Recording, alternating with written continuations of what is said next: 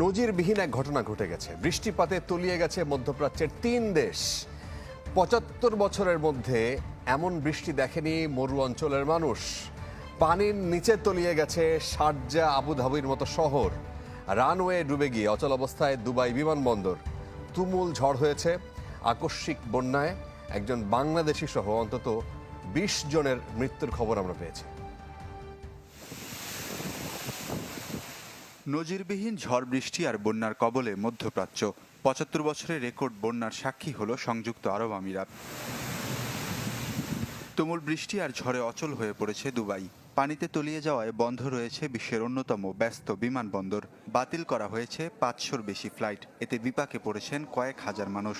ডুবে গেছে metro station, ক্ষতির মুখে দুবাই মল সহ মল অব দ্য এমিরেটস। শহরের বন্যা কবলিত এলাকায় বিদ্যুৎপৃষ্ট হয়ে প্রাণ গেছে এক বাংলাদেশির। বৃষ্টির কারণে গাড়িগুলো সব বিকল্প হয়ে গেছে, মানুষের অনেক সমস্যা হয়েছে কাজে যেতে। আজ ২-১ দিনের মধ্যে এগুলা সমস্যা হয়ে যাবে, গাড়িগুলা যে আটকে গেছে।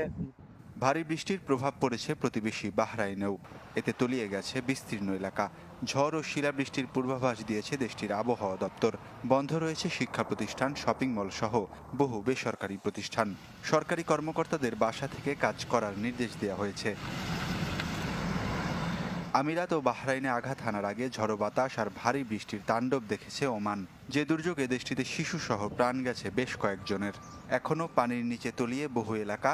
এতে নাগরিকদের বাড়িতে থাকার পরামর্শ দিয়েছে প্রশাসন। এড়িয়ে চলতে বলা হয়েছে বন্যা কবলিত অঞ্চল। ওয়ালিউল্লাহ ফারুক, চ্যানেল 24। যেটা কোনোদিন দেখা যায়নি। মধ্যপ্রাচ্যের বন্যা নিয়ে আরও খবর জানাতে চাই। সরাসরি আমাদের সাথে সংযুক্ত হচ্ছেন সংযুক্ত আরব আমিরাত থেকে সহকর্মী ইশতিয়াক আসিফ। ইশতিয়াক, কি অবস্থা? এরকম খবর আমরা যখন ১৯৪৯ সালের পর থেকে যে রেকর্ড শুরু করা হয় যে বৃষ্টিপাত কত হলো, এরকম খবর আমরা শুনি নাই, দেখি নাই, এবং এরকম হতে পারে সেই আন্দাজও ছিল না। পরিস্থিতি কি যদি একটু জানান। ধন্যবাদ ফারাবি হাফিজ।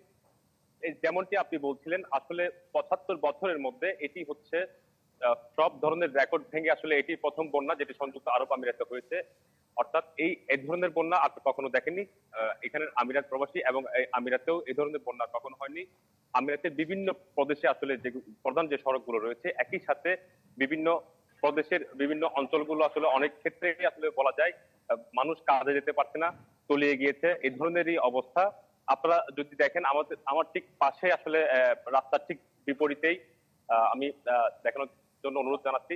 দেখা যাচ্ছে এখানে যদিও বা এখানে অল্প পানির কারণে এখানে যান চলাচলে কিছুটা ব্যাঘাত ঘটছে। এভাবে আসলে বিভিন্ন জায়গাতে আসলে আমরা দেখেছি এখানে অনেক জায়গাতে আসলে গতকাল বন্যার পানি অতিরিক্ত হওয়ার কারণে অনেকের গাড়ি বিকল হয়ে পড়েছে। গাড়ি রাস্তায় রেখে তারা বাসায় যেতে বাধ্য হয়েছে। এই ধরনেরই আমরা রাস্তাঘাটে চলার সময় অনেক গাড়ি এরকম দেখতে পেয়েছি। এবং একই সাথে কিন্তু বিভিন্ন শপিং মল, অল্প কিছু শপিং মলও পানিতে প্লাবিত হয়েছে। এবং বিভিন্ন এখানে দুবাই এয়ারপোর্টে যে রানওয়ে রয়েছে, রানওয়ে বন্ধ রয়েছে এমনও শুনতে পেয়েছি, আমরা তথ্য পেয়েছি। দুবাই এয়ারপোর্টে সারা পৃথিবীর কানেক্টিং ফ্লাইট, বলা যায় যে দুবাই একটা হাব। সেই জায়গা এমিরেটস সহ মানে অন্যান্য ফ্লাইটের কি পরিস্থিতি? আমরা যতটুকু জানতে পেরেছি এখানে অনেক ক্ষেত্রে আসলে বিভিন্ন ফ্লাইট গুলো বন্ধ রাখা হয়েছে, কারণ যেহেতু এখানে কিছু রানওয়ে বন্ধ আছে, সেহেতু এখানে হয়তো বা বিমান অবতরণ বা উড্ডয়ন করতে পারবে না। সেই ক্ষেত্রে আসলে এখান থেকে আসলে যারা যাচ্ছেন, যে ফ্লাইট গুলো রয়েছে সেগুলো বন্ধ রাখতে বাধ্য হয়েছে কর্তৃপক্ষ। তবে সবকিছু যে বন্ধ রাখা হয়েছে তাও না, কিছু কিছু খোলাও রাখা হয়েছে। একই সাথে কিন্তু সংযুক্ত আরব আমিরাত বিভিন্ন ব্যবস্থা নিচ্ছে, অর্থাৎ আমিরাত সরকার চেষ্টা করছেন ২-১